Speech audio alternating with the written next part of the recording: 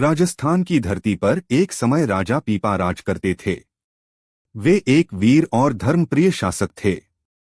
राज्य में सुख समृद्धि थी, प्रजा खुश थी और महल सोने चांदी से भरा हुआ था।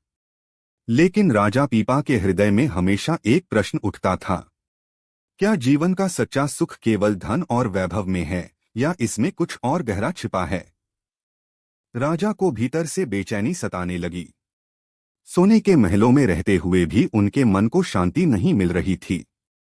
एक दिन दरबार में खबर पहुंची कि पास ही के गांव में संत रामानंदाचार्य प्रवचन कर रहे हैं। राजा पीपा तुरंत वहां पहुंचे। संत रामानंद की वाणी सुनकर उनके मन का अंधकार दूर होने लगा। उन्होंने सिर झुकाकर कहा, गुरुदेव, मुझे सच्चा मार्ग दिखाइए। संत ने मुस्कराकर कहा, राजन, सच्चा सुख किसी राज सिंहासन में नहीं बल्कि ईश्वर की भक्ति और नामस्मरण में है। उस दिन से राजा पीपा ने अपना राजपाट त्याग दिया और संत का जीवन अपनाया।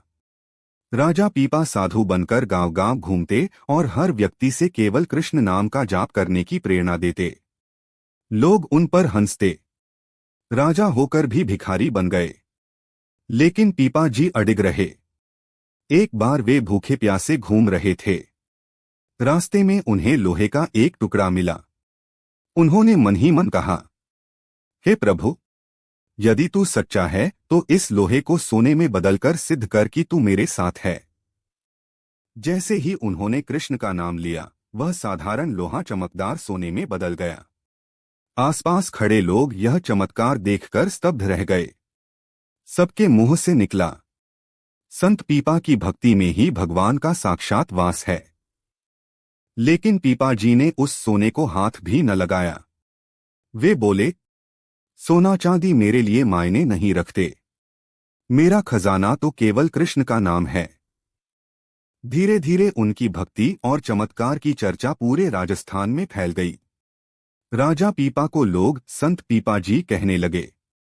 उनका जीवन संदेश यही था, सच्चा सुख धन में नहीं बल्कि ईश्वर की भक्ति और सच्चे नाम में है।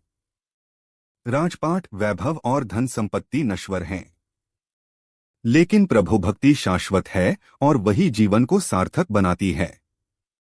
मुझे कमेंट बॉक्स में बताइए कि यह कथा आपको कैसी लगी और चैनल को लाइक व सब्सक्राइब जरूर करें।